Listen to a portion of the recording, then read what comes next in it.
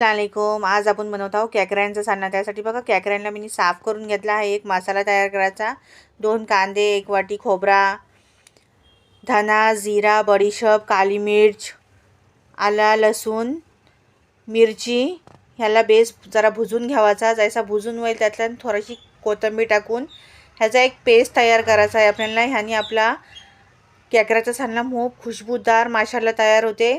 मसाल्याचा पेस्ट तयार झाला. कांदा मिनी बघा, एक कांदा पोलून घेतला, त्यातल्या लाल मिर्च टाकली पोलल्यावरती, आणि जो मसाला होता ना आपल्या पिसल्याला तो ह्यातल्या टाकून बेस जरा भुजून घ्यावाचा. गरम मसाला टाकायचा 1 चम्मच, आणि जो केकरे आपण साफ केले ना तो ते ह्यातल्या टाकायचे, मिक्स करायचे आणि पाणी टाकायचा. मस्त शिजून द्यावाची. बघा मस्त माशाला असा कॅकऱ्याचा सालन माशाला रेडी झाला. प्याल्यातल्यान करायचा. इतका लजीज लागते माशाला का ते सगळे मसाले भुजून असतात खुशबूदार माशाला.